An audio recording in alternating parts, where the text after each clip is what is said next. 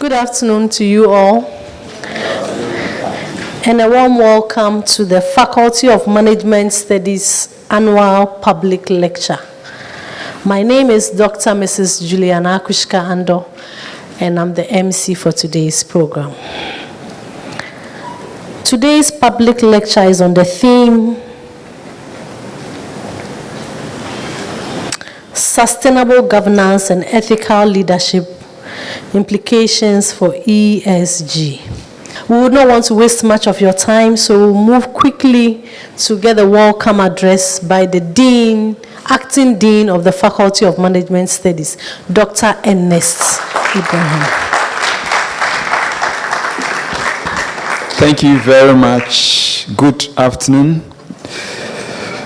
Our distinguished guest speaker, Deans, Directors, HODs, members of IOD Ghana, staff, students, ladies and gentlemen, once again, good afternoon. And on behalf of the Vice Chancellor, I welcome all of us to this afternoon's program. The Faculty of Management Studies is one of the faculties of the University of Professional Studies, Accra. Our university is a very progressive one. We believe in industry, academia, collaboration. So the public lecture is one of such activities that we deploy to make sure that we have that interaction, engagement with industry. So I'm honored this afternoon to have this opportunity to stand before you to present some brief remarks as we commence this afternoon's activity. Sustainable governance and ethical leadership, implications for ESG. You will agree with me that this topic is a topic in season, considering what is happening around all over the world.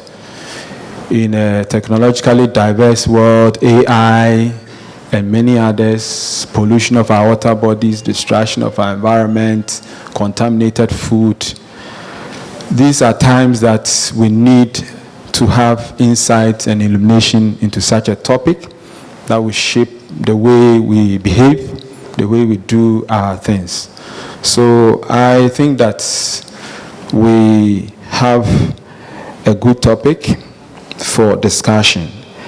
And if you look around today, in the past, if you are into business, you could just produce your goods and you distribute, you sell, and people don't really care much about how you are treating the environment, how you are even treating your staff, how you are even treating the people within your jurisdiction where you produce. But these days things have changed, and it has changed with the advent of ESG to help us to ensure that we have accountable leaders, we have leaders of integrity, we have leaders who have the cause of humanity at heart and are ready to help us to get there. So this afternoon we are privileged, and I'm convinced that we have one of Ghana's finest brains, thought leader, to speak on this topic. So I want to encourage all of us, relax, take it easy, participate fully in whatever we are going to do here. At the end of everything, there will be opportunity for us to ask questions, make suggestions, contributions. Let us all join to make this afternoon's occasion a success. And I'm convinced that we will not leave here the same, as the prayers that came have already prophesied into the afternoon.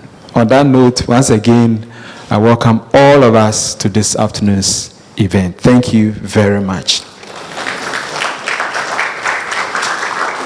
Thank you so much, Dean. Thank you so much. We have remarks by the VC, but at least the Dean has already captured that, so we will take it from the introduction of the speaker. Profile of Dr. Alfred Braimah. He holds a BS Administration, Accounting option, and an MBA with distinction and a PhD in management. He is a chartered accountant and a member of the Institute of Chartered Accountants of Ghana and the Institute of Directors Ghana, a fellow and an icon of the Institute of Corporate Administration of Nigeria, and an alumni of the University of Ghana, Durham University, UK, and Harvard University. Dr. Braimah has acquired vast and varied working experiences for about 4 decades across the rice farming and milling business, fast-moving consumer goods, oil palm plantation business, and the establishment of new business and functions in Unilever, and managing regional integration functions for about four decades in Ghana, India, UK, Africa, Middle East, Turkey, Israel, and Nigeria. Dr. Braimah managed key functions at the management, senior management, director, board levels in customer management, audit and insurance, finance, logistics, procurement, and general management in Unilever. Dr. Braimah also managed private sector promotion and finance at director levels at the ECOWAS Commission, and at the top of management, the Office of the Auditor General, ECOWAS institutions, both in Nigeria. As Auditor General of ECOWAS institutions, he was one of the 6 heads of institution of the ECOWAS community institutions and had a member of the management and a member of the management committee. He also served as executive president, ECOWAS Staff Mutual Cooperative Union. Up until 15th April 2024, he was a trainer and facilitator of the ECOWAS institutions on risk management and control, and partner, audit and insurance at ABI, and Abbey and Partners firm of chartered accountants. Dr. Braimah is currently an independent non-executive director and chairman of the board of Benso Oil Palm Plantations PLC, a subsidiary of the Walmer Group, a part-time lecturer in accounting and auditing and assurance at the University of Ghana Business School, and an adjunct professor teaching advanced auditing and assurance, public sector accounting, and accounting for decision-making at the Accra Metropolitan University. Dr. Braimah is also currently the Chief Executive Officer of the Institute of Directors Ghana. Ladies and gentlemen, help me welcome our guest speaker for today's public lecture, Dr. Alfred Braimah.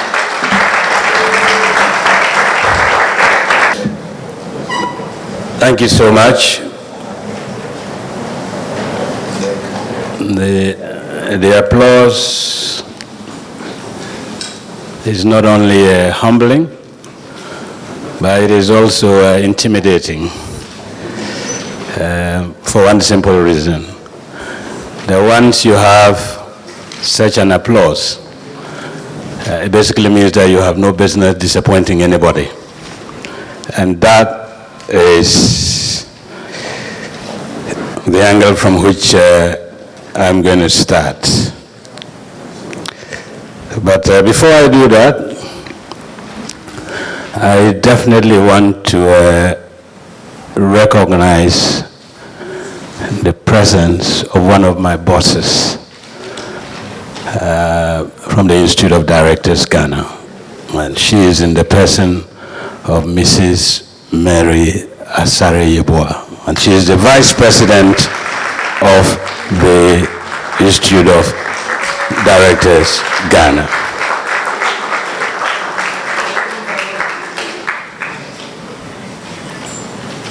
Mr. Acting Dean, her presence speaks volumes. Basically underscores not only the importance of the topic, but the strategic relationship that the Institute has with the University for Professional Studies, Accra. My boss, welcome. Yes. I would now move on, now that I have guaranteed my employment and salary, I will now move on to the main business of the day. And I want to start off with the protocols. And entering here, I know there's a leadership, and therefore I want to start off with Mr. Vice Chancellor, the Acting Dean of the Faculty of Management Studies, and I know that there are distinguished faculty members here. Some of them are my longtime brothers, Dr. Andrew Kola, definitely my longtime brother. Ladies and gentlemen, and indeed I cannot forget this, I have some colleagues from my alma mater, the Navrongo Secondary School, in here, and I'm indeed very grateful. I also have distinguished members of the Institute of Directors here, Ramson Hanani, the General Manager of the Bensi Oil Palm Plantation, a board that I serve with him.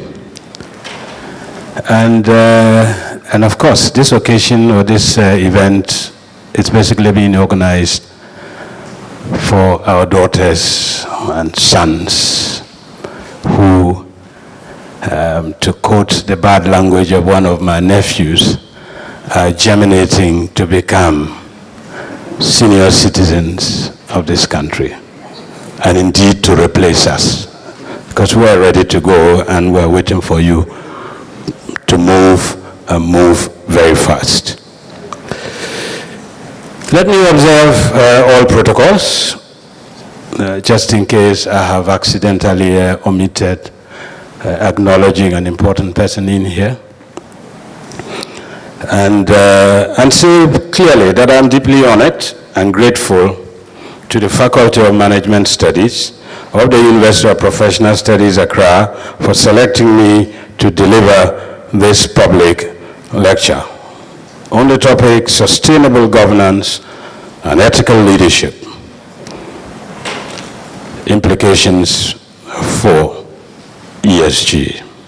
And I will define ESG shortly, so let me leave you guessing what that means.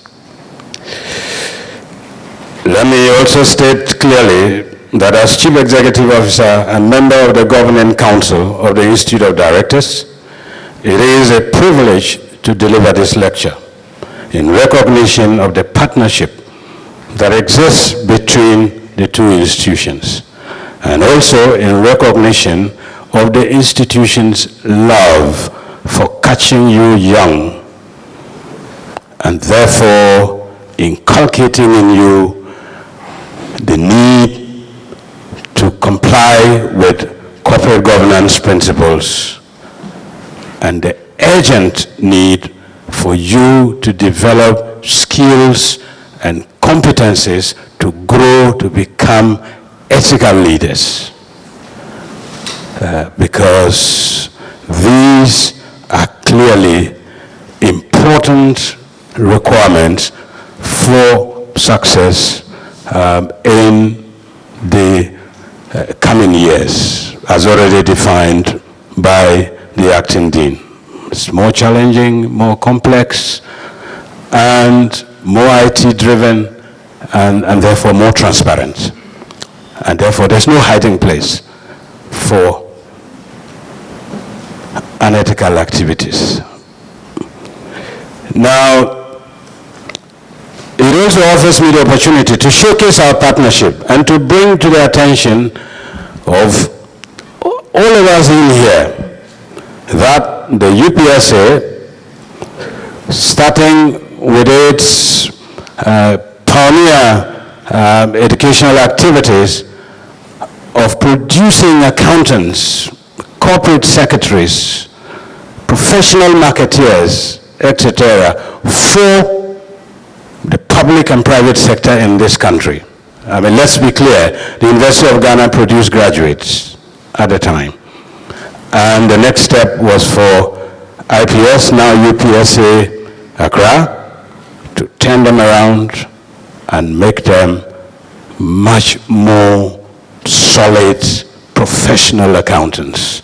So training people to qualify as chartered accountants, ICA Ghana, ACCA, ICMA, the ICSA, etc. Today, it is a fully fledged university, and I dare say that they are further deepening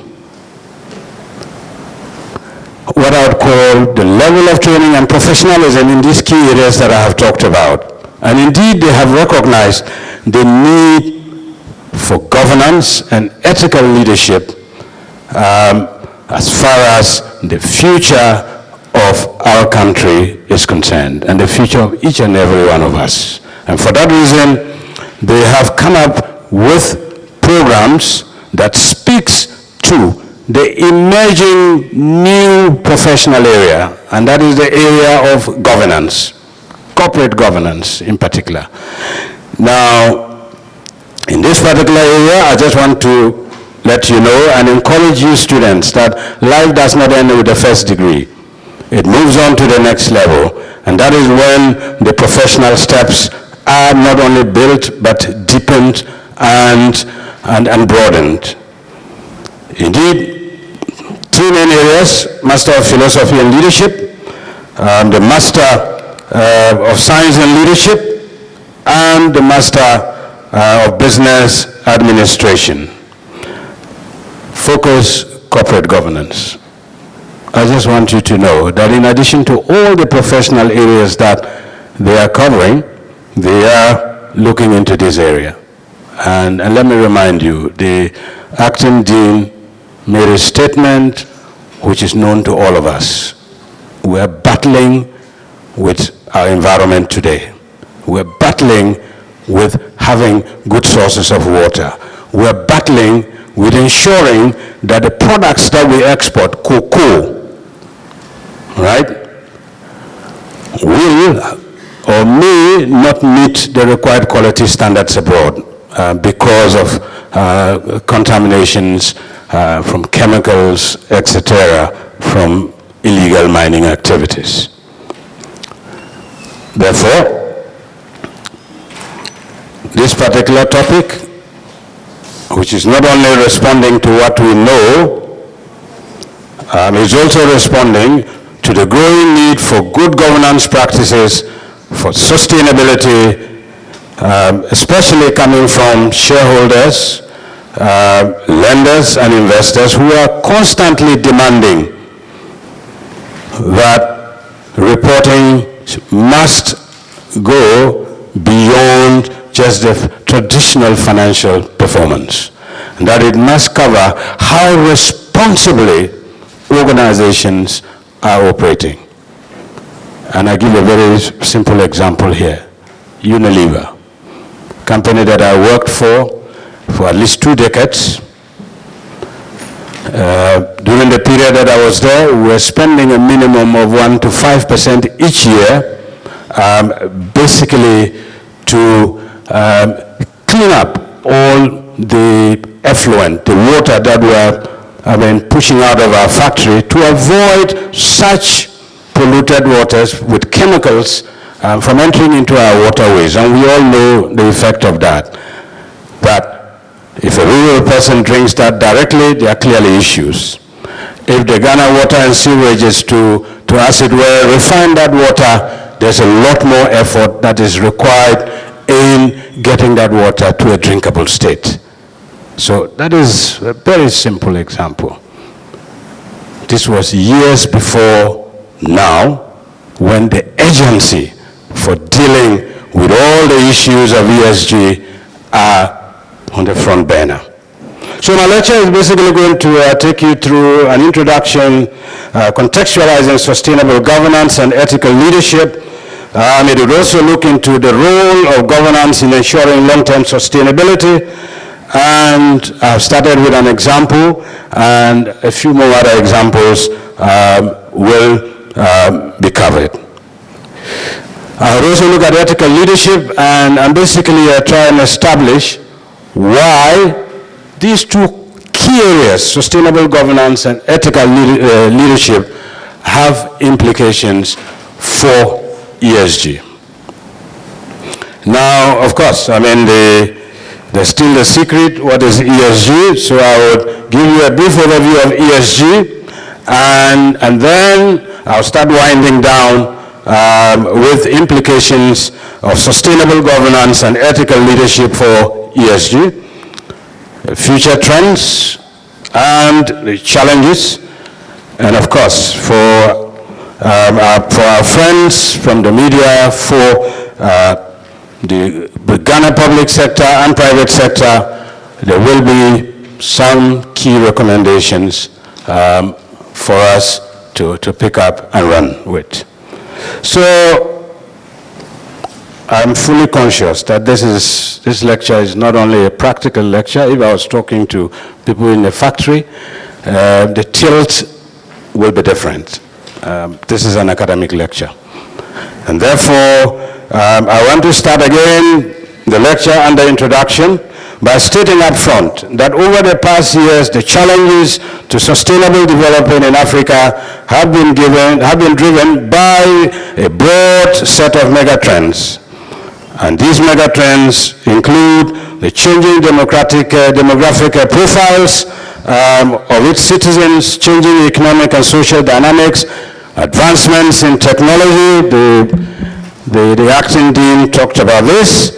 Activities of prevailing investments and trends towards environmental deterioration. And this last point, we are all witnesses to what is happening. And let me just, for the sake of drawing our attention to being responsible citizens, is the fact that at least every year we have floods in Accra.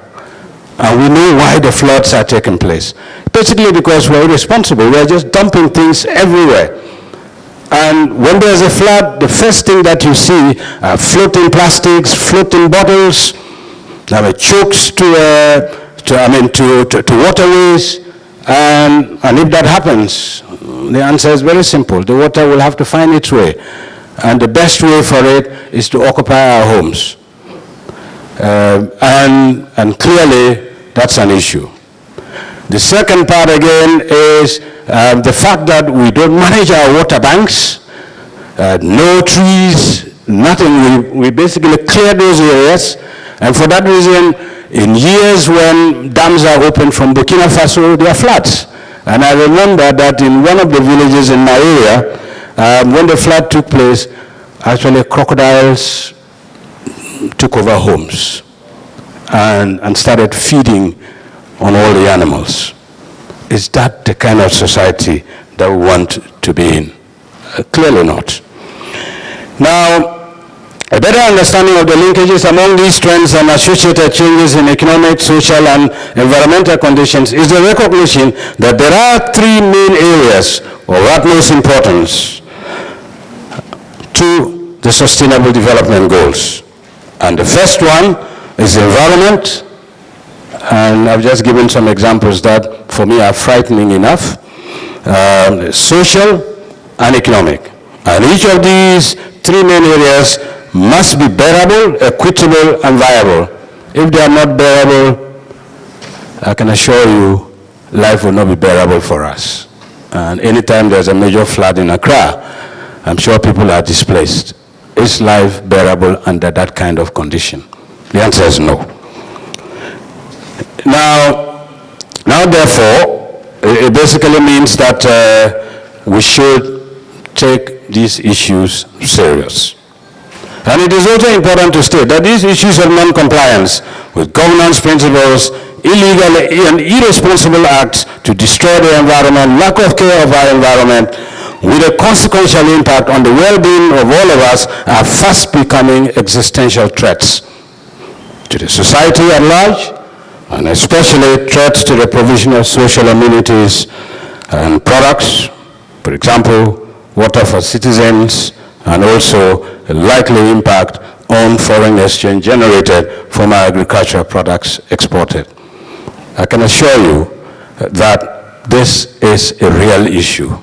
Apart from our volumes dropping, because the lands are being taken over for illegal mining activities and therefore reducing the cultivable area for cocoa and all the other products, quality is one of the key issues because of the kind of chemicals that are sitting in our waterways, which are basically sources of water for these what I call commercial crops. Now, there has been lots of work as far as this area is concerned. And S-Hart, in his book, Capitalism at the Crossroads, the Unlimited Business Opportunities in Solving the World's Difficult Problems, stated that never before in human history has a single generation witnessed such explosive change. It seems self-evident, therefore, that the policies we adopt, the decisions we make, and the strategies we pursue over the next decade or two will determine the future of our species and the trajectory of the planet for the foreseeable future. That is an awesome responsibility, to say the least, and it is also a huge opportunity. And let me dare say that it is not just about decision makers alone, but it's about each and every one of us. And let me cite a very responsible example in Rwanda. Plastics eliminated. You drop some trash on the road and you are immediately stopped by the next citizen, not government, and told to pick it up. We have a responsibility. We have a duty here. And we need to recognize this. And you can see, years ago, people started writing about this. So we cannot say that we don't have the knowledge. The knowledge is there.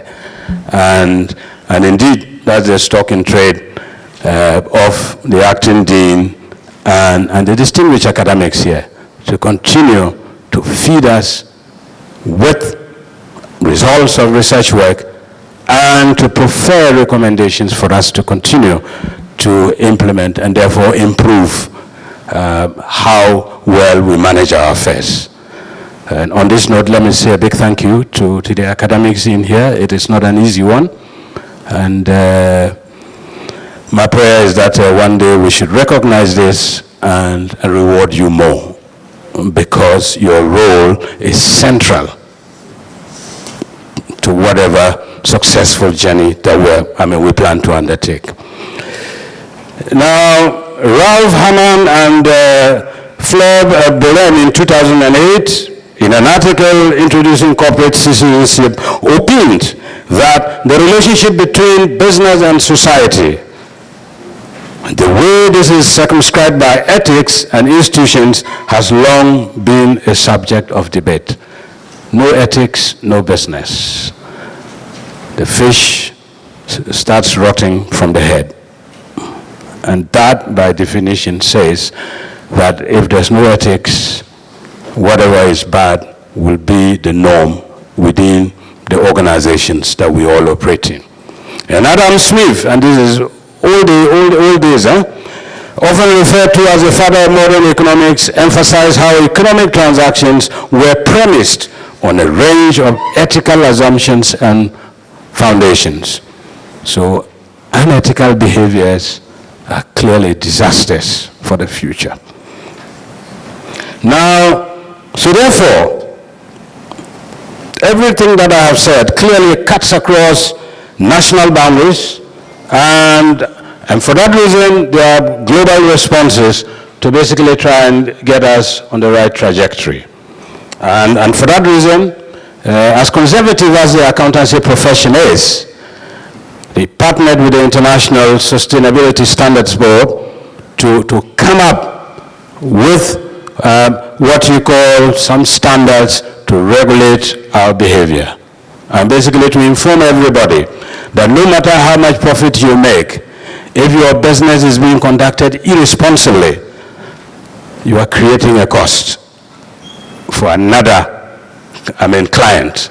And that client is government, and it's for me and you. Because, and for me and you, it is all about increased taxes to deal with those kind of issues. Also, you have the International Organization for Standardization, the ISO, which basically has also come up with standards to regulate what I would call actions, behaviors, etc., with a focus initially on safety, health, and the almighty environment. I believe that this is the ideal moment for this public lecture, given the high level attention that the President of this country, His Excellency John Dramani Mahama, through his social contract number 26 on SOEs, has clearly highlighted challenges of environment, social, and governance that is driving poor performance in state-owned organizations as a key area of focus. And let me remind you of his famous example of how a company selling drinks can be making losses. And if you start from the micro sector, where the small drinking bars, if they are not making profit, will they be there? If there's no profit, will an industry be attractive?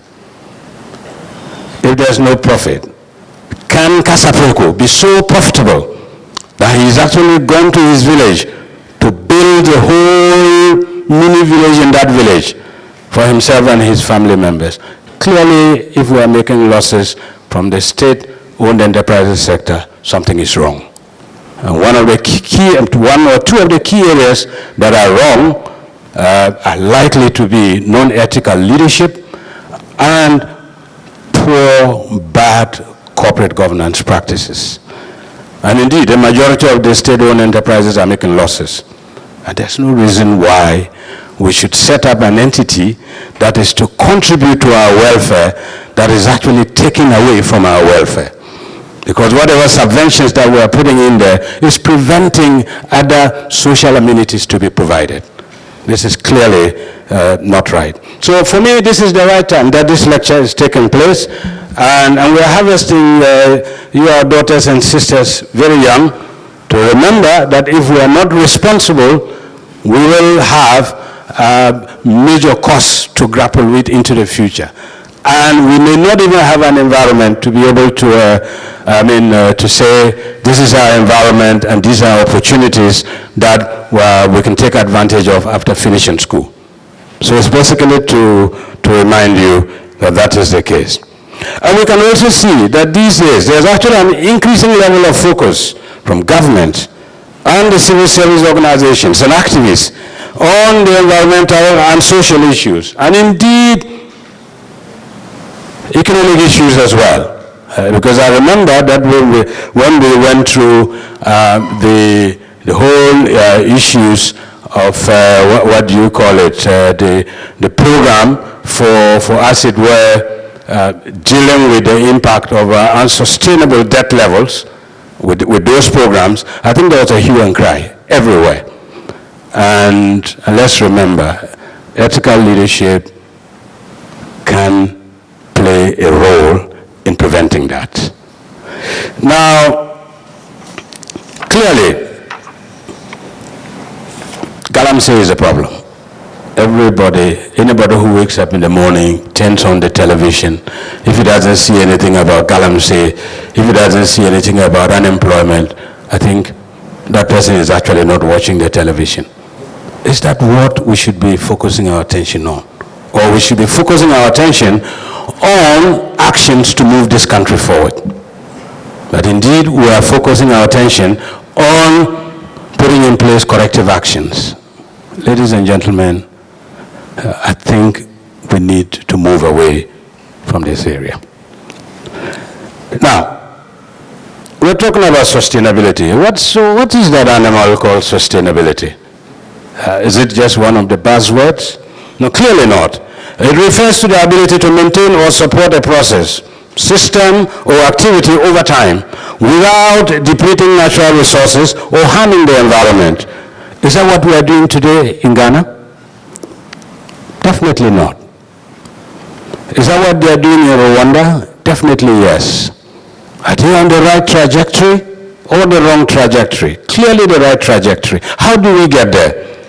If we don't become responsible citizens, if we don't become ethical leaders, if we don't run the affairs of either government, private sector, or public sector organizations on the basis of good corporate governance principles. How will that happen? And if it doesn't, ladies and gentlemen, we don't have any place to go, we will be here, and we will all suffer, and we will all have poor quality of life. In terms of sustainability, what are the key aspects? We are talking about environmental sustainability, social sustainability, and economic sustainability. If you get any of these three wrong, forget it. Existential threat. Life will be replete with major challenging issues. So therefore, why? Why do we need sustainability? What are the main objectives? You're basically talking about conserving your scarce resources, because life does not end with us. And I'm sure that for most of the people in the front row, we have families. We are bringing up children. We are investing so much in them. Why is it so? It's for a better future. If we put up actions today that truncates that, it clearly is a problem. And one of the key resources that we rely on is the environment. If there is no land, there can be no house. If there is no land, there can be no farm. If there is no water, there can be no livelihood, because there will be no drinking water. If our air is polluted, health will be a problem. So our actions must recognize that. The second one, basically, the social sustainability, which is about what? Promoting social justice, human rights, community well-being, and equal opportunity for everybody. You finish school, you have a right to work. You have a right to a land to farm. If we destroy our lands, we have a problem. And again, I give an example on Brazil, northern Brazil. Climatic conditions there, just like northern Ghana. Just by a singular policy decision by the governor of the Recife area, that area was converted to the food basket and export basket of Brazil. And in less than no time, the McDonald's, the KFCs, they all appeared there. And what did he basically do? First of all, was to work on the waterways,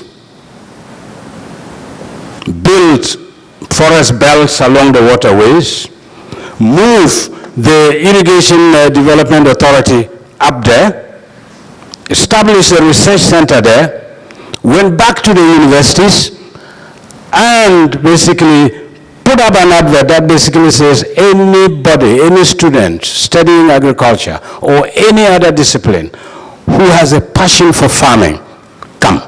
We'll give you 4 acres. You use that 4 acres as collateral for a loan, and you farm. You, Irrigation Development Authority, create an irrigation scheme, supply water to the farms, toll metered, and recover the cost from the proceeds from the farm.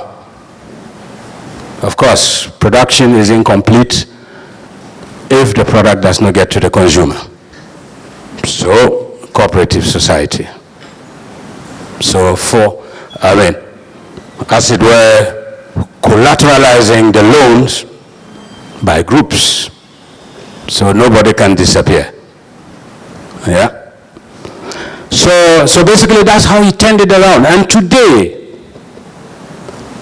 that northern belt, that Recife area, is the food basket for the country. It's as dry as northern Ghana. It's as dry as part of the Volta region. And it's as dry as part of the Bronga Hafo, now broken up into a number of regions. But it is the food basket. My colleague and brother Samir Vala is here. Oil palm normally cannot thrive under those conditions, but there are oil palm plantations there. And they are producing fruit at the rate of 20 tons per hectare. Yeah? Now, olives, they're producing up there. Now, for those of you who know northern Ghana, once you start from Kumasi, and you are driving all the way to Boku, all the way to Paga, okay? All the way to where, which part of Dab, all the way to Damongo and all those areas. There's so much free land. How can we be hungry? It's basically because we're not managing our environment properly. And we need to do that. And then if we do that, this social equation will be addressed because there will be access to employment. Now, the cost of food will come down. Our export basket will increase. And therefore, the component of our non-traditional exports will also grow. If we stop polluting our rivers, we will have lots of seafood. In Ghana, we all enjoy tilapia, I believe. Yeah, and I don't think we want tilapia poisoned with chemicals. That clearly is a disaster for livelihood. Therefore, it is clearly essential for ensuring a better future for all that the principles of good corporate governance and ethical leadership are championed with the seriousness they deserve. Because we know that without these ones, sustainability will be a mirage. So governance, what is that one too? It refers to a system or process of governing an organization, country, or institution. And it involves a number of key areas: decision-making, accountability, leadership, and stakeholder engagement. Let's be clear. In the 80s and before, an individual established this university. And he established it with a clear vision, and he built a structure around it, and he built governance principles around it. Today, it is a fully fledged university, several folds larger than what it was. I mean, I remember when I was in the School of Business, University of Ghana School of Business, I used to actually come in and spend my weekend with a friend who was doing the ICA here. Few buildings. The number of buildings here now is almost 300-400% of the number of buildings that were here. Dr. Akola, I visited you. Yeah, so I remember. So clearly, it is important that we have governance structures to drive performance, drive sustainability, drive good actions, drive delivery of surplus. My vice president is here. She keeps asking me, will we continue to post surplus? And my answer to her is, I have an allergy for deficit, and I have an allergy for loss. And therefore, with all commitment, it has to be done. And this can only be done with two main areas: governance, and sustainable governance, and ethical leadership. It's pretty easy to cut corners, to make money at the expense of the institution. But will that take this institution far?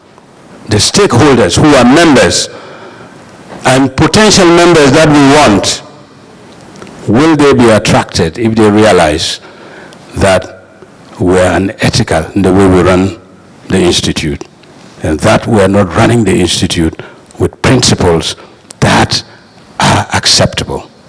Clearly not. So, therefore, as far as governance is concerned, we know that it targets as objectives effective management, transparency and accountability, stakeholder satisfaction. The end game is sustainability. And sustainability about gains. And sustainability, let's be clear, is not about just maintaining what you have. It's about raising the bar as you continue. Yeah, and that's what it is. And that's what my vice president continues to tell me. And I'm happy that she's here to hear me saying, and so shall it be. That it will, the institute will operate sustainably.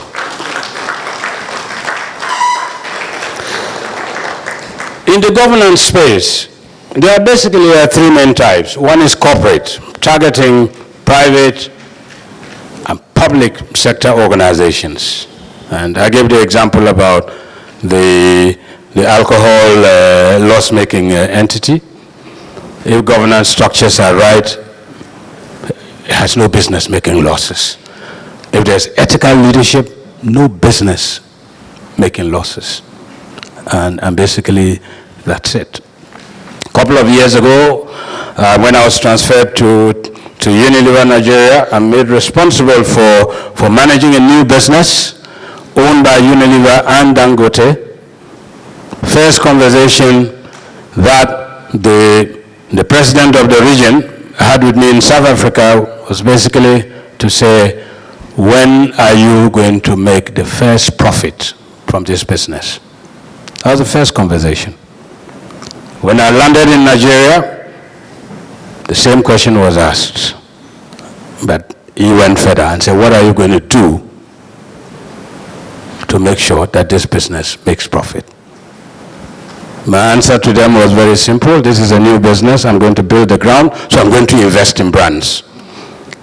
But I assure you, in 3 years, I'll break even. And thereafter, money will come in. Does this, as it were, align with the president's social contract number 26? He said, I want to turn them around, starting with break-even, and then into profit. Without telling you, without blowing my own horn, in 2.5 years, the business broke even and started making profit. It is all, and all I simply did was to build a lean, effective structure, governance. And secondly, to tighten up all the issues around code of business principles and code of ethics, and to leave a message that was unambiguous, that if you are not performing, if your hand is in the till, you are out. And we will hand you over to the law enforcement officials. Simple. If your performance is not good, 6 months notice. The next 6 months, if it is not stepping up, you are out. In the 3 years, I exited the finance guy who was not performing, got him into an area that I thought was an area of his core competency, and brought in somebody who had what I needed to achieve the break-even. So basically, and I'm telling you this, and today, this business is still very profitable. We actually sold it back to Dangote, because that business was owned by Unilever and Dangote. We sold it back to Dangote with a massive profit, definition of goodwill. Now, therefore, all the stories that I have told you is about sustainable governance. And this refers to the systems, processes, and practices by which organizations are directed and controlled to achieve long-term sustainability and value creation for all stakeholders, whilst minimizing negative impacts on the environment, society, and the economy. You take the plantations business, and that I'm used to, because I was finance director there, and I'm now board chair. The GM knows that we go through real challenges when it comes to the business performance at the financial level, and also the business performance as far as ESG is concerned. And I dare say that that business is probably, if not the only one business in Africa with what you call the round table for sustainable palm oil production. And we take it serious. We're not kidding with it. We take it very serious. And by the way, I have my colleague on the board. He's the chair of the audit committee and senior partner or managing partner of ABI and associates, Mr. Isa Baba Abdullahi here. So all the things that I'm saying, they bear witness to them as far as the Bensu oil palm plantation is concerned. So therefore, what are the key principles that one needs to observe when you are looking at sustainable governance? Long-term thinking, stakeholder engagement, because that's what is going to give you the feedstock for corrective action, transparency and accountability, because that is actually what is going to define how ethically you are running the business. People know, they can question, they can challenge. Yeah? And I tell you, with the domestic debt exchange, if we had more information before the debt ballooned, I'm sure lots of us would have asked a lot of questions. So transparency is key, and accountability is also key. Responsible leadership. You are engaged and paid a pay package, not because you are handsome, not because you have to be paid. It's for you to deliver results.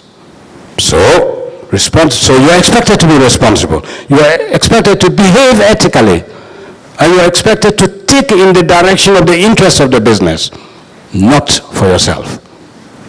When you start moving towards allowing the business and your actions to tick for yourself, there's a disconnect between what you want and what the business expects. And that clearly is a disaster.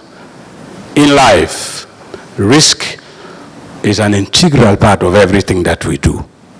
And the only way you can succeed is to continue to manage risk. And here, as Auditor General of all the ECOWAS institutions, this was one of the key areas that I drove with passion and basically ensured that an enterprise risk management framework was embedded in the system, and the culture of assessing risks on a continuous basis was in place. And today, lots of the institutions are in a better shape than they were before. Of course, everything about business and about management is about strategy. If you don't know where you want to go and how you want to get there, forget it. And that is why it is often said that, and indeed, Sun Tzu, that operations without strategy is a recipe for disaster. You are bound to fail. Yeah? And a ship without a captain who charters the path clearly is a problem. And a ship also with many captains is a recipe for disaster. There has to be the person who calls the shots. The buck must stop somewhere. Of course, I was listening to some commentary this morning, and we were talking about why we are failing on a number of things that we do in our country. And one of them had to do with monitoring and evaluation. Do we have measurement criteria? Are we monitoring? Are we taking corrective action? Finally, under this section is all about board oversight. If you don't have a board that is independent, that takes a step back with a helicopter view, looking at what you are doing and asking all the important questions, I can assure you a number of issues will escape us and we will not succeed.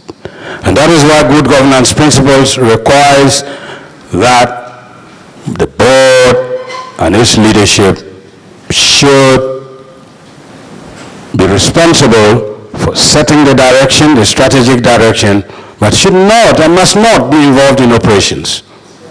Because if they so do that, there will be, and they are going to review work that has been done. There's going to be a self-review conflict. They will never be able to accept that they got things wrong. And therefore, there will be no actions to pursue to move the business to the next level. So you stay there, mediocrity. You keep marching. You will be the board chair who's a champion, but the business is walking backwards. Disaster. Therefore, from all the experience that I have gathered over the past 4 decades and still counting, if you have sustainable governance and ethical leadership, long-term value creation will be enhanced. Risks will be well managed, and therefore there will be an improving level of risks. And let's be clear, risk is an integral part of life. In Nigeria, one of the rare commodities is power from the national electricity network. Any operation that does not recognize that and create solar or genset alternatives, that business will punch below its weight. It will never be able to work 8 hours a day or 24 hours a day for the manufacturing outfits. Once you engage with the shareholders, trust will increase. And there will be better decision making, and you keep an eye on regulations and standards. And getting all these right will position you right and give you a competitive advantage. So basically, let me close this one. Mr. Dean, they have got a paper on this, which I would make available. And so I'm just presenting by exception, but it is about a 22-page paper that I have put together. Now, so ethical leadership, I've been talking about it for so long. What is it? And who is an ethical leader? Ethical leadership is fundamental to sustainable governance. If the leader is not ethical, the principles cannot implement themselves. So the leader will implement the principles on the basis of his unethical standards. Disaster. So ethical leaders prioritize integrity, number 1, transparency, number 2, and accountability, number 3. And they also foster a culture that values an ethical conduct. So get the message down. I told you the example, my example in Nigeria. I said, this is the code of conduct, this is a code of ethics. We are friends when you comply with them. The day you don't comply with them, we're not friends. And it's not personal. It's about what we have to achieve. Now, therefore, I have already outlined the key attributes, so integrity and honesty, accountability, respect and service, justice and fairness, and the community well-being being a driving factor. And therefore, if you have ethical leadership, trust and credibility will be built. You will be creating a positive organizational culture, and therefore you'll be driving sustainable practices. And you will, by so doing, promote long-term success. And basically, that's it. So the concept of sustainable development is about how we plan our indefinite progress in the future without causing damage to the environment, so as to guarantee a safe habitat for the next generation, our children, our daughters and sons sitting there. Yeah. Because they will continue to develop economies and societies, and the care for the environment will be so critical that we must not miss that. So, I'll just go quickly and say ESG basically stands for environmental, social, and governance. And the environmental component focuses on an organization's impact on the environment, including climate change, resource depletion, pollution, and conservation. I'm sure you can all recognize this. That is why now government has to spend so much money to restore lands destroyed by illegal mining operations to their natural state for the purpose of creating new vegetative growth. That money could have been spent doing something else. Yeah, is that not true? And so let me ask the question, when those environments were being destroyed, where were we? Where were the leaders in those communities? Where were the traditional leaders? It's always easy to point a finger that the acting dean did not do his work well. What did we do to help him when things were not moving in the right direction? So there's a responsibility, and none of us should kid ourselves. It's collective. In terms of social, this component examines organizations' relationships with stakeholders, including employees, customers, suppliers, and communities.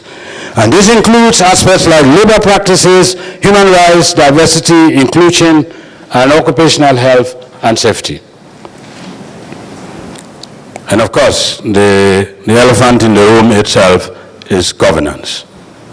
The governance component looks at the organization's leadership, ethical, non-ethical, management, operating according to defined principles with mission, vision, and strategies.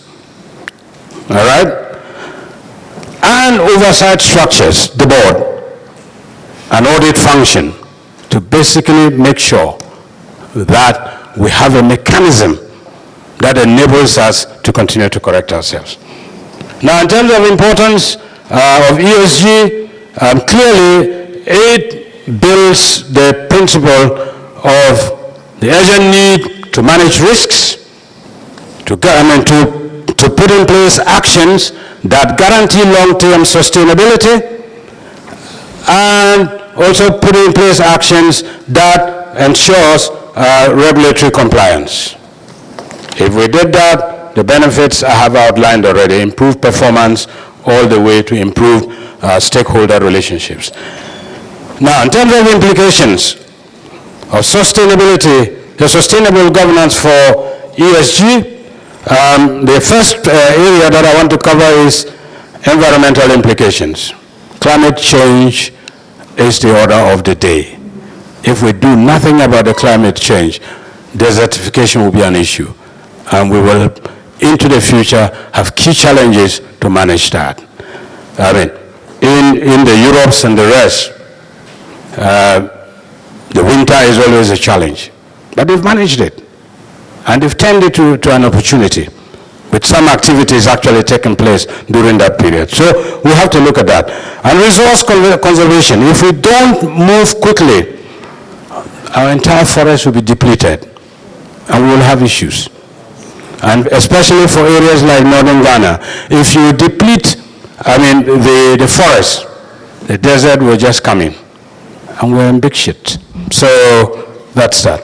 Now, resource conservation. If we don't use our resources responsibly by reducing waste and promoting sustainable practices, I believe we will have issues.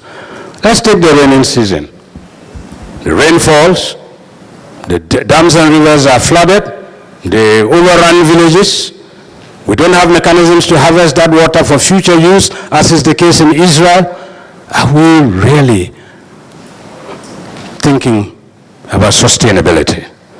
And of course, biodiversity protection. And GM, I know that in getting the RSPO certification, biodiversity is one of the things. Protected areas of forest, reserve forests. If they come in to assess and find out that you have encroached any of those areas, forget it. You don't have a certificate. But in Ghana, what are we doing? We are encroaching those areas to look for gold. To the extent that even today, because there's a clampdown on illegal mining, we are mining in homes. Very, very dangerous existential threat. And something needs to be done. In terms of social implications, our stakeholder engagements, our engagement with human rights activists, and our focus on community development should drive what we want to do into the future. And in terms of governance implications, I have basically talked about that: transparency and accountability, board diversity, and risk management. And let me just conclude this particular section by reiterating the point that I made about the certification of Densu oil palm plantation as the only palm oil plantation in Africa, practicing good, what I'll call ESG, a general business management. So roundtable for sustainable palm oil.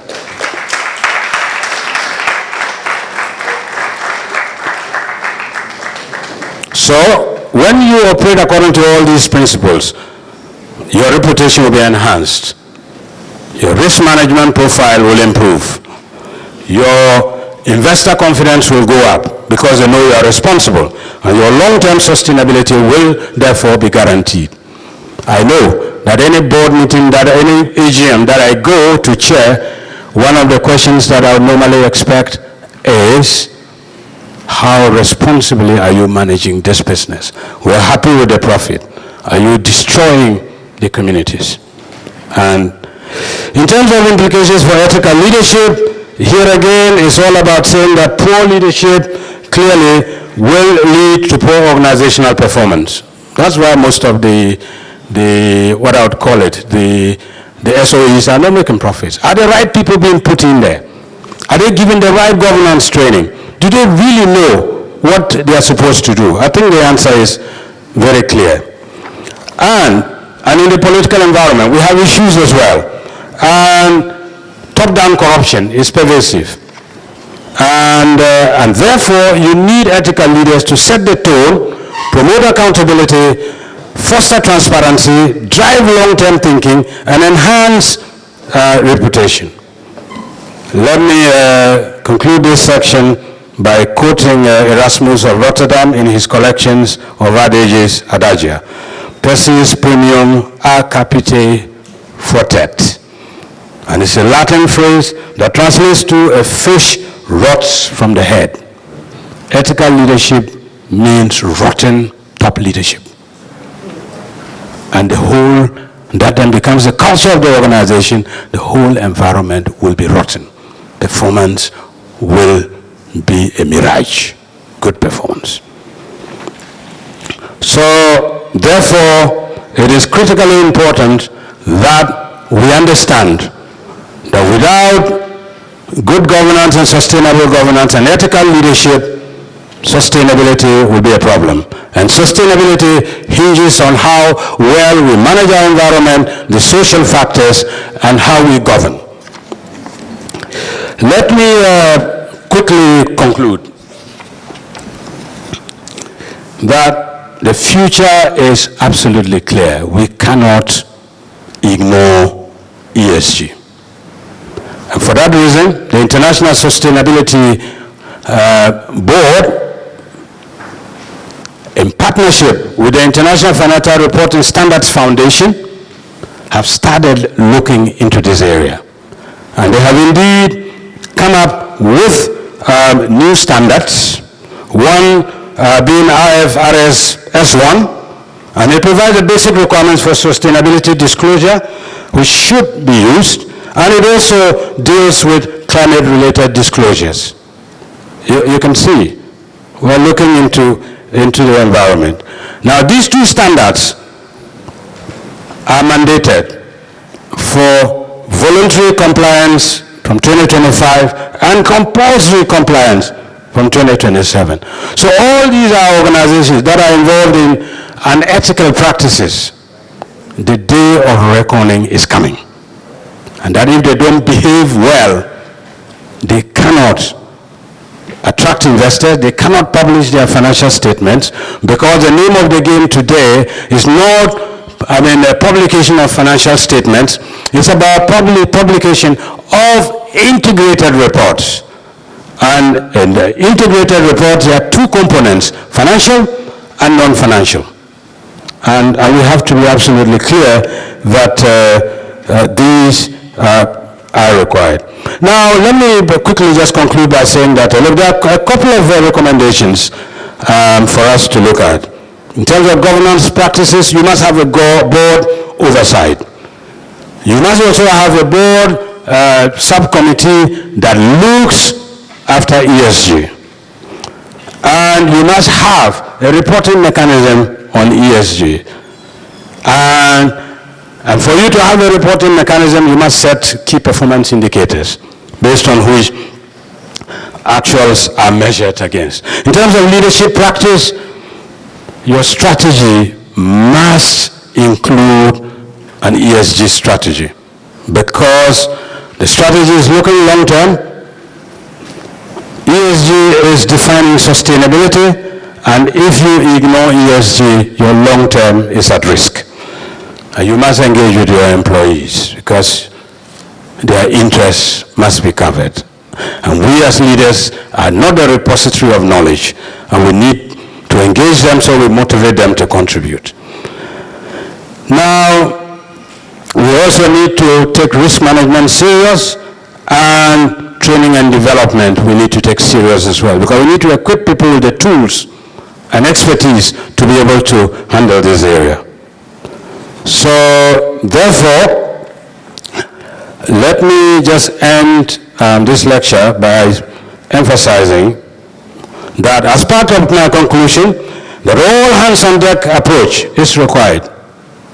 And here I'm referring to all of us, the population of this country, the public and private sector. You need partnerships in there to be able to drive the agenda, civil society organizations, and in fact, why are we all interested? Is because our collective effort can fight non-ethical leadership and poor governance and frown against such actions. Distinguished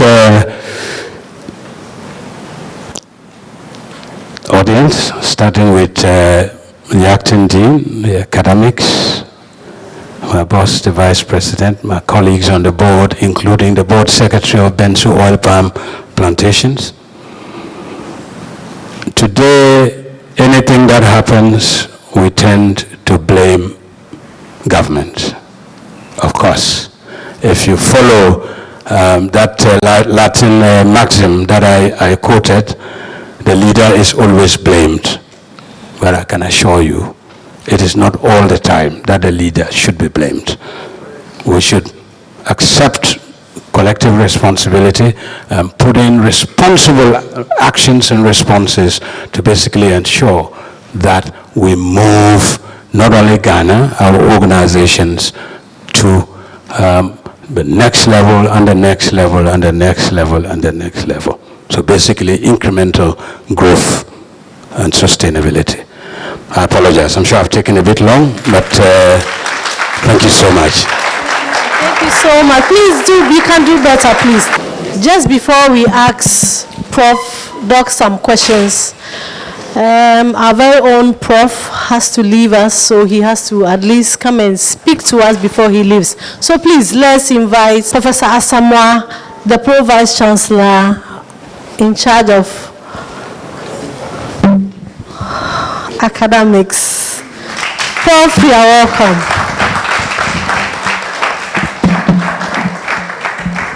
Good afternoon, everyone. My name is Professor Emmanuel Asamoah, and I am the Pro Vice Chancellor for Academic and Student Affairs of this great university. It's indeed a pleasure to be here to my own faculty organizing this very important public lecture. We thank Dr. Alfred Braimah for the erudite lecture, very insightful, with a lot of things for us to chew on. I am happy that we have very important personalities amongst us. On behalf of the Vice Chancellor, we welcome you warmly to our campus. We believe that as you have been here for this brief moment, you have picked a thing or two from our campus. And indeed, the lecture, I was in another meeting, but I was very anxious to be part of this very important presentation for many reasons. The topic and the person who has been chosen to speak on the topic. For our students here, I always say that whenever you have the opportunity to listen to the experiences of personalities like our guest speaker, you should consider yourself privileged, because many would wish to sit under the feet of the experiences that this man has chalked over the years, but for some reason they may not have. But you are privileged to have it. And I believe that you didn't take the period of the lecture for granted, but you have learned as much as possible to make your lives better. I am very happy that matters of sustainable governance and ethical leadership has been brought back into the mainstream discussions of national development. And I am very happy that the guest speaker actually spoke about governance, and it's playing a center stage in driving sustainability and profitability. More often than not, when we are looking at maximizing profit for organizations, we look at marketing, sales targets, we look at human resource management, and all the other aspects of management. Don't get me wrong, they are all very important. But it is also important to note, as the guest speaker said, that matters of governance, code of ethics, are extremely important in driving business profit. So that if you take those things for granted, you are likely to hit the bottom as far as your business sustainability is concerned.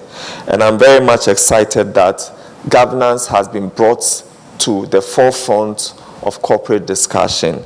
And I think it's a very important thing that we have learned here today.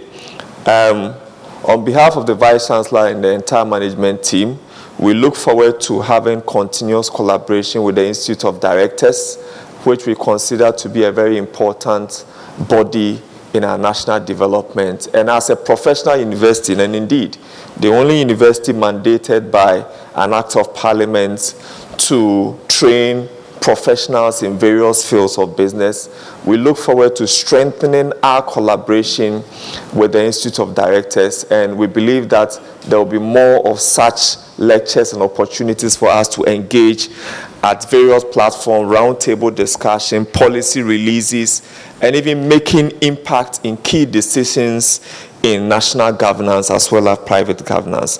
On that note, I believe that my brief interruption has made it possible for you to write a lot of questions to throw at our guest speaker. Please try and drain as much knowledge from him as possible before he leaves here. I would wish that he will grow leaner because of the impact that you would have drained from him. And that will be for a very good reasons. I thank you all and enjoy the lecture. We would like to invite Doc back onto the stage. Doc, please come and have your seat. We'll just take about 6 questions and then we'll be out of here.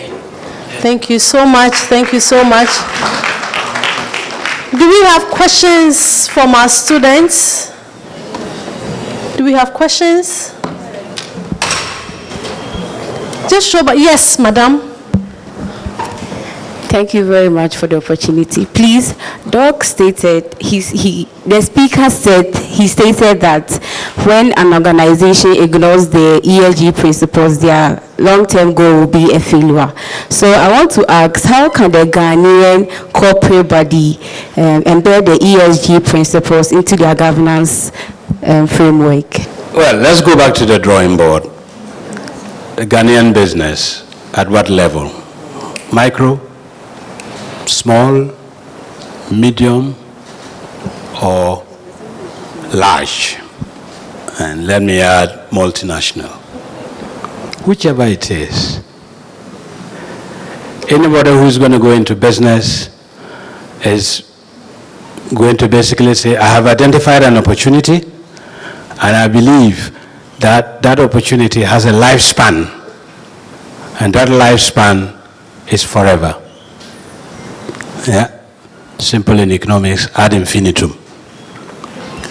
So, that organization will therefore want to craft out a mission, a vision, and a strategy. So long term, that organization is going to look long term, is that right? So, first thing basically is to say that whatever you are thinking about as far as the business is concerned, whether small, medium, or large, okay, you should not only concentrate on profit.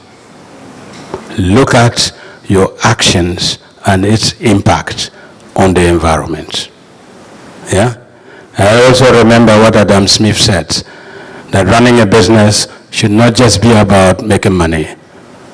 Should have an ethical underpinning. So first, include it in your strategy.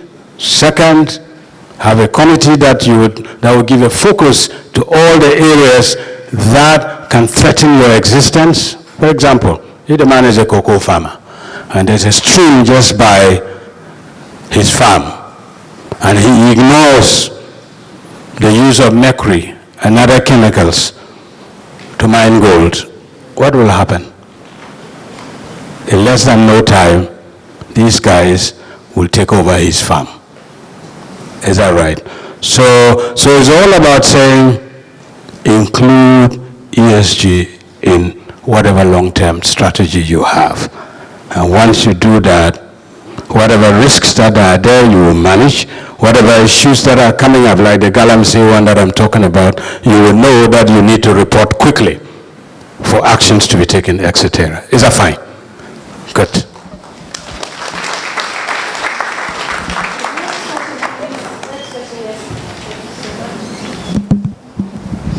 Thank you for this opportunity. I would like to ask Prof, what are the regulatory gaps in Ghana's corporate governance system that hinders ESG adoption? Thank you. As far as regulations are concerned, in this country, we have more regulations than anywhere in the world. What is lacking is leadership, ethical leadership. And under ethical leadership, the challenge there, especially for the state-owned enterprises, is about, are we putting the best foot forward to manage some of the activities? Do they have the skills and competencies to manage ESG? That is where the Institute of Directors comes in. That we are there. If government so decides to appoint you, it's not our business to challenge government. It's in our place to to offer government an opportunity to train you. So you know that it is important, so you have the tools to deal with it. But as far as regulations are concerned, there are plenty. Even in the financial sector, plenty. Yeah, in Ghana, we established the Environmental Protection Agency. Why? To deal with all the issues relating to environment. Is that right? We have an executive director, we have over 3 deputy executive directors, and we have a whole army of staff. And in each region, you have the EPA. The issue is leadership. And with leadership, I'm talking about from the community to the chiefs, the assembly members, all the way up to government. Yeah?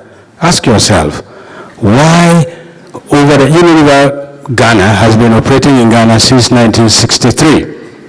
Why are we, or have we, because I work there, so I say we, not polluted the waterways in Tema? Ethical, responsible leadership. Why is it the case? It's because we believe in that. And my colleague Samuel Avala, we've been with Unilever together. We know that when you get that wrong, you're out. Yeah? The day you take a bribe and you are caught, you're out. Sammy, we had one of our human resources managers who had to sweat to walk out of the factory because he was caught doing a deal in selling an auction car of the company. Can that happen in government? That is the change that we as the Institute of Directors want to drive without necessarily determining for government who should be appointed. Is that clear? Good.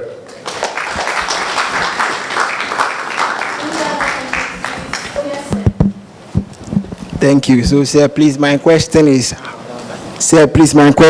how can ethical leadership address the issues of inequality, labor rights, and youth unemployment in the Ghana business? Thank you, sir. Thank you. You see, for the 4 decades of my career, yeah, I spent 27 years out of Ghana. And like I said, I got back in October 2022. One of the first shocks for me, that anytime I talk to the young men from my village, including Ramson, one sad, regrettable message that I hear is that if you don't know somebody, you will not get a job. Yeah? Ethical leadership will prevent that. And ethical leadership is basically about saying, who is the best fit for this position? And that is the one I will go for. Done. Is that clear? I just want to use that as an example. So what I'm going to encourage all of you, all the big books that you are reading, the profs here, the faculty members here, they want to give you that theoretical underpinning. But at the same time, they want to drive behavioral change. They want to, as it were, pump into you the importance of ethical behavior. And that is why the dean and the faculty members have found it necessary to organize this public lecture. So go out there and behave ethically, and those issues that you are talking about, discrimination, etc., will be a thing of the past. If you don't, there's no magic.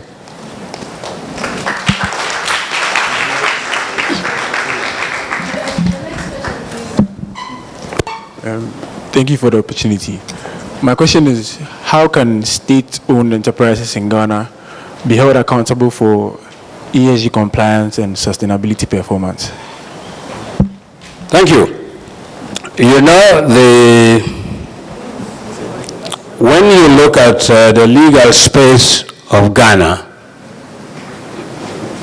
and before 2019, you had a company's code that prescribed and mandated the establishment of boards for all companies.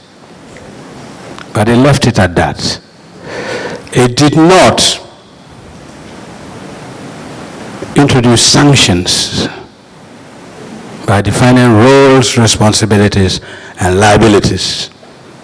So the Act 992, 2019, brought that into place. So now boards are now aware that decision-making is not just about consensus and getting board fees.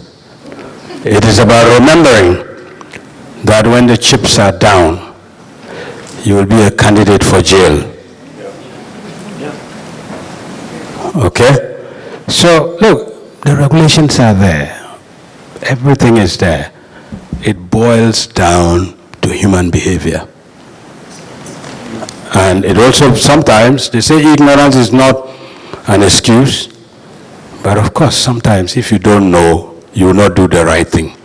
And that is why we are there as the Institute of Directors to provide training on that. And we actually have a targeted training on Act 992, which is basically to highlight to boards what their roles and responsibilities are, and the likely consequence if something goes wrong. Are we together? Yeah, so basically that's it. We have the best laws.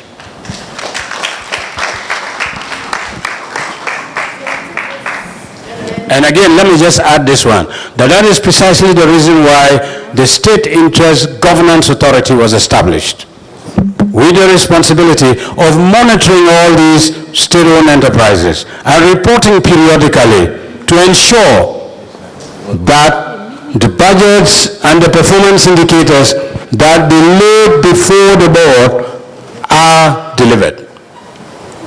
Okay? So it's about accountability and reporting, which is about transparency. Okay? And basically, that's it. Doesn't matter who is the DG. What is important is, have we trained him?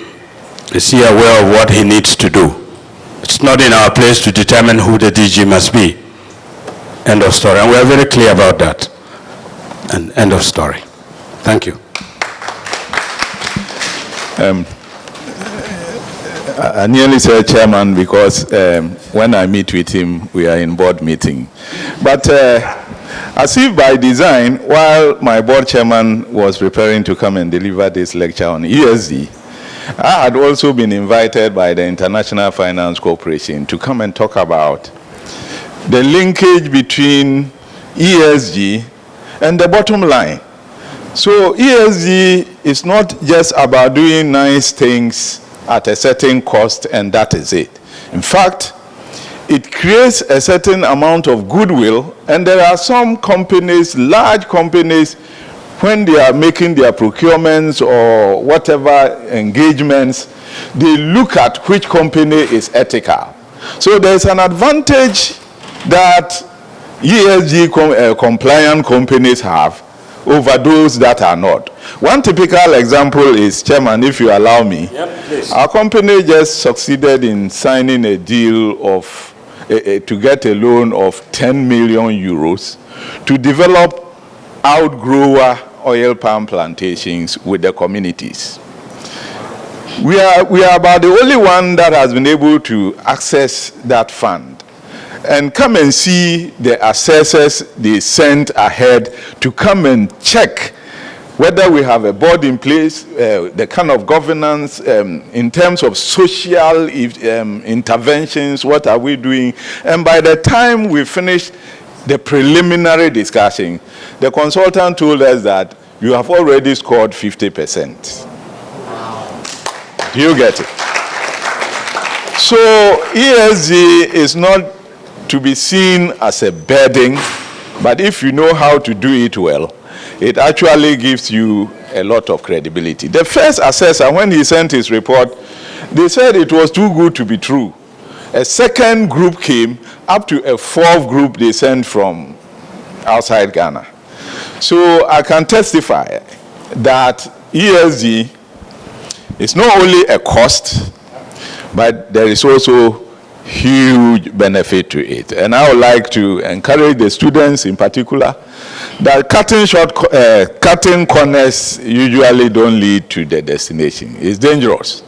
But if you are consistent and you respect the environment, you respect human rights and all of that, at the end of the day, there is a certain goodwill you get that is translatable to monetary terms. I can confirm. Thank you so much for the insight. I also want to ask that, so how can Ghana's corporate governance encode and include sustainability in their ethical leadership standards? Very good question. And let me start by saying that there are three levels to it. First level is academia.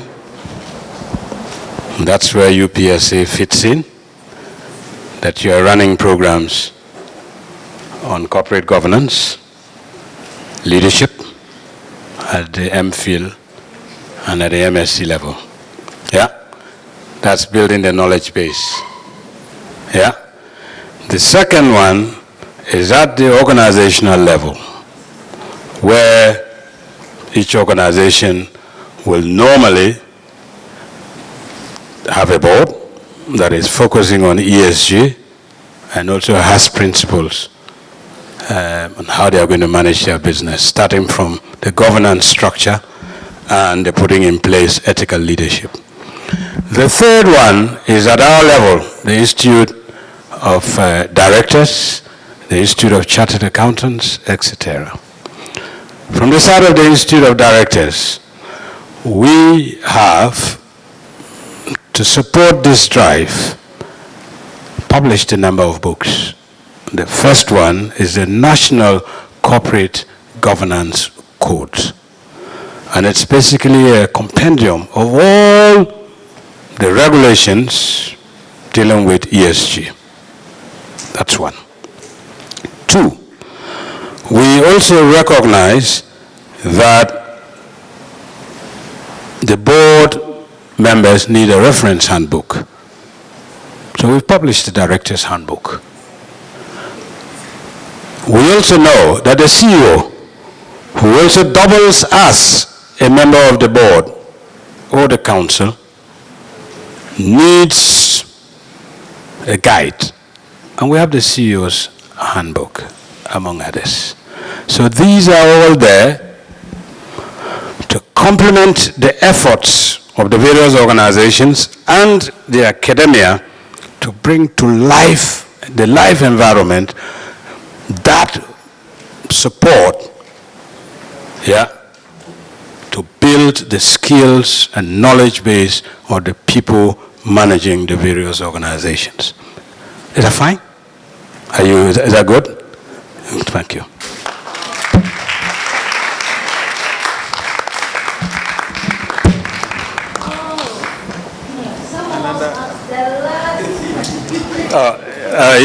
You want to ask her? So it's an extension to what. Why don't you come and visit me in the Institute of Directors? So I'll come. Then you have a whole day. I'll answer all questions. But let him go on. Yeah, please let him go on. I'm just pulling his legs. So to ask an extension to what she said, we learn in schools that whenever you are trying to apply any initiative, you need to involve the community.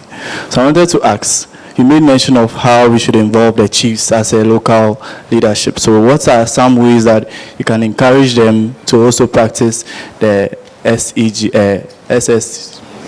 the environmental, social... Okay. Let me ask you a very, very, very simple question. If you go into the Manet estate, and you decide to build public toilets out there, would you have addressed their need? Why? Because in each house, they have all these facilities, is that not it? But is that to say that in that community they don't have needs? They have. How will you get to know those needs if you don't engage them? So it's all about the appropriateness of actions and interventions. Know what the people want and give them that. Don't give them anything else. Are we together? Secondly, if you go promoting people to set up private schools in my village, where getting 3 meals a day is a challenge, will that school survive? Will you have children? Let me be very blunt and honest. If there was no free education, all the grammar that I'm blowing here, I would have been sitting under a tree in my village chewing cola. So every single action that you take has to address a need. Same as business, that every product that you decide to produce, first of all, go to the market and see whether somebody wants it. Also find out whether somebody is producing, and ask what you can deliver differently to make money. Yeah? So engagement is not just about community alone, it is also about, we're training you not only to become academicians, but also to become entrepreneurs. It's about being able to identify what is needed and provide it. And you cannot identify it sitting in your room. Engagement. Thank you.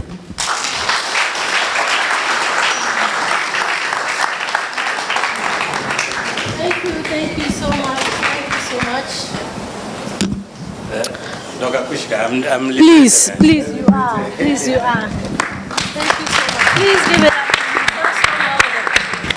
Thank you. At this juncture, I would like to invite Dr. Yadom to give us, in fact, he has special interest in this topic, and he has some remarks for us today. Please give it up to Dr. Yadom. Just 5 minutes of your time. Thank you. Thank you, Dr. Akushika. Thank you, the DEN Chair, and our distinguished guest who has given us a detailed account of how we can integrate ESG in our activities as corporate and businesses. At a point, I thought the students were lost, but from the questions that are coming, it gives an idea that they've really followed the discussion. And I think you deserve a hand clap for yourselves.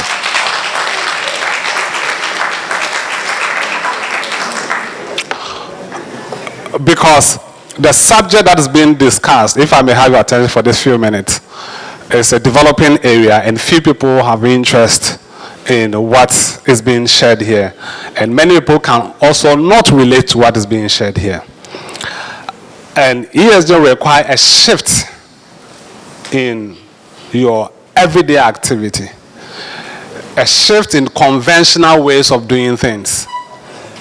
At the tail end of my PhD program, when I was studying for my PhD, I had selected a topic on sovereign credit rating. And I had done at least a first chapter on a sovereign credit rating. And my supervisor walked up to me and tells me that he thinks that we should change the topic and do something on climate finance. So I have to make a U-turn and change everything that I have done to go into the field of climate change. And I look back today and I'm happy that I made that decision. As a student, all that has been shared, how does it apply to you? You see, in 2016, asset under management that requires ESG was around $20 trillion. By 2018, it has moved to about $30 trillion. When you say asset under management, investment that are looking at some component of ESG compliant. And we had an example from a stream there of how ESG compliant is raking in a certain level of revenue. By 2020, it has moved to $35 trillion. Currently, asset under management that looks for a certain compliance of ESG is around 40 trillion, and it's expected by 2030 to get to around 50 trillion. What does it mean for you as a student? It means that is the area for employment. You are here, you are learning, and probably you are looking for a job to be an administrator, to work in an office. The type of job you are looking for is changing. And just as I had to make a U-turn or go to an extremely opposite direction during my PhD, I think you need to do the same. That the kind of employment that ESG is creating, I'm sure that many of us do not have the skill and the knowledge needed for it. So you may be classified as unemployment purely because you have gone out of what is relevant in this time and this season. There are a lot of demand for ESG officers. Now, almost every bank has an ESG desk officer. Every audit firm is having an ESG desk officer. And insurance companies are also recruiting ESG officers. As a student, don't only be thinking about being a secretary, being a PA. Jobs are changing because there is a new demand for new skills that you need to train yourself. So, why am I here? My interest in this have led me to write a book on unpacking ESG for business growth. And even as a lecturer, in the past 10 months, I've done not less than 100 seminars on ESG. This weekend alone, I'm doing a 6-hour training on carbon accounting for Institute of Chartered Accountant. And next week on the 13th, I'm doing CPD for Chartered Accountant on also carbon accounting. Almost every week or every other week, there's a training on ESG. That's why we, even in academic, we must even find a way to integrate ESG. And we cannot just learn accounting and be teaching accounting. We cannot learn marketing and you're teaching marketing. How do you become sustainable? So I have a book, that I'm sure that if we get one, I've made it practical as to how, as a business in Ghana, you can integrate it. And if you get a copy, maybe it may change your perspective about ESG.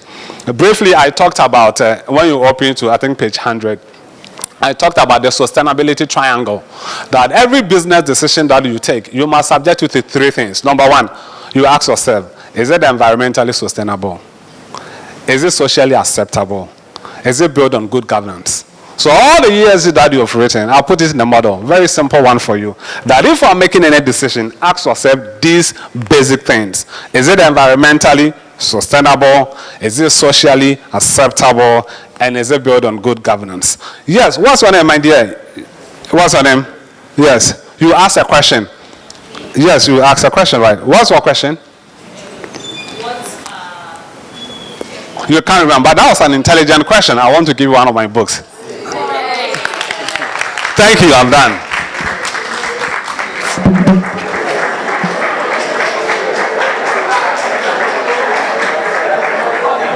Find copies to buy. Where can they find copies to buy? Chantel? Yes. Where can they? I think I have some few copies out there. If you say Chantel will sell one to you. Thank you.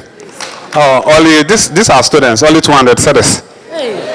When I do training, I sell 500 cedis. We don't buy book based on the size, but the knowledge in it. Let me have a look at it. Please buy books. Buy books. Buy books. Thank you very much. Thank you so much, Dr. Yadom. We would now invite the Dean of the Faculty of Management Studies to give his remarks. Thank you very much, Dean. Hey, please, the Dean.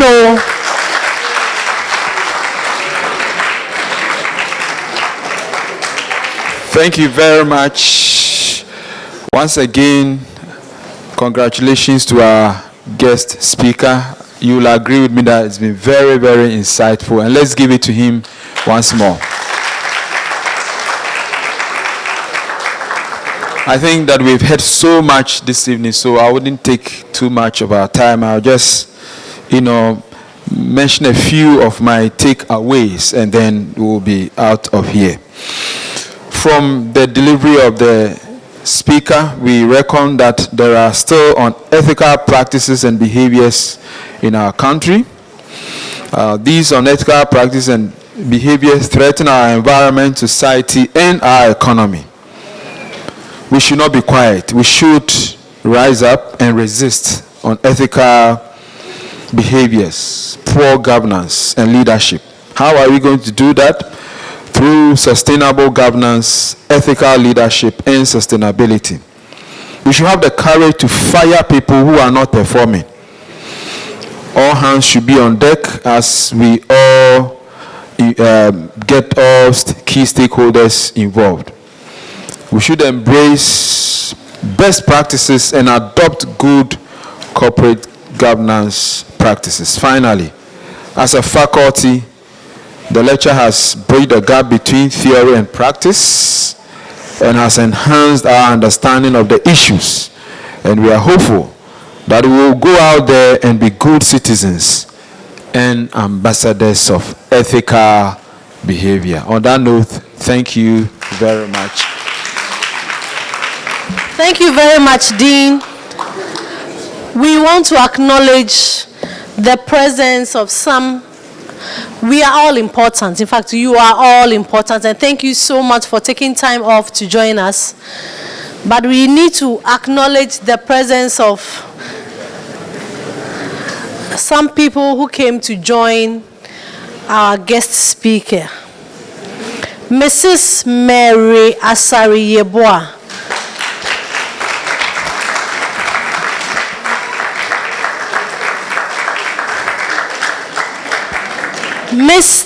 She is the Vice President of the Institute of Directors, Ghana. Madam, you are warmly welcome and thank you so much for coming. Mr. Samuel Avala, okay. He's the GM for BOPP. Mr. Baba Abdullahi Issa, Ghana Audit Committee. Hey, we have people here.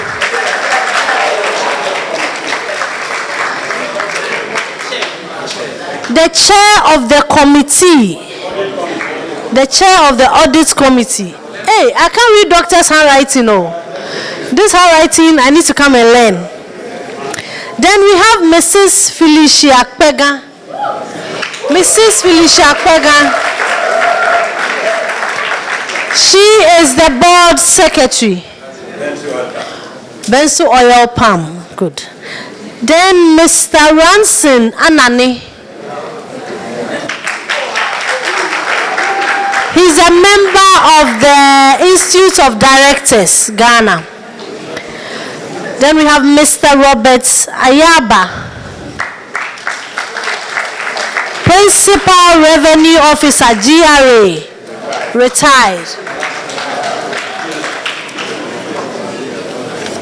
I must also acknowledge the presence of Mr. Siriam Mankra. He is the head of marketing and external relations for the Institute of Directors. I also want to acknowledge the presence of Mrs. Margaret Al-Hassani. The speaker. The speaker and myself went to the same senior high school in Tamale. So I'm a very proud member to say that he attended Business Senior High School. So thank you so much. We're discussing ESG, and I thought that my boss would have talked about the fact that UPSA is the only university in Ghana that accepted ESG years ago. All our students do a course known as environmental management. Don't you do the course? So we actually, years ago, realized that it was that important to incorporate ESG into our program.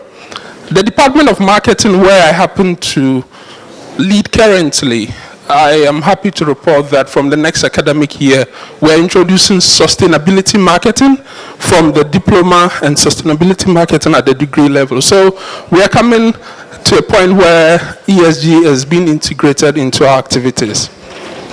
I must also finally say that I might be interested in sustainability personally because of my PhD. I'm happy my colleague talked about the fact that his PhD, yes, I also did a PhD in the area of sustainability marketing in Africa. So this ESG is an interesting area that we should all be pushing the idea.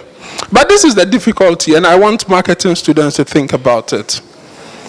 Marketing is seen to be pushing consumption. Okay, we always encourage people to consume because we think that it is from consumption we will make the money. Sustainability, on the other hand, seems to be saying manage the consumption, don't consume everything. People will come in the future and consume. So let's think about this particular challenge of marketing asking consumption and sustainability also asking de-consumption.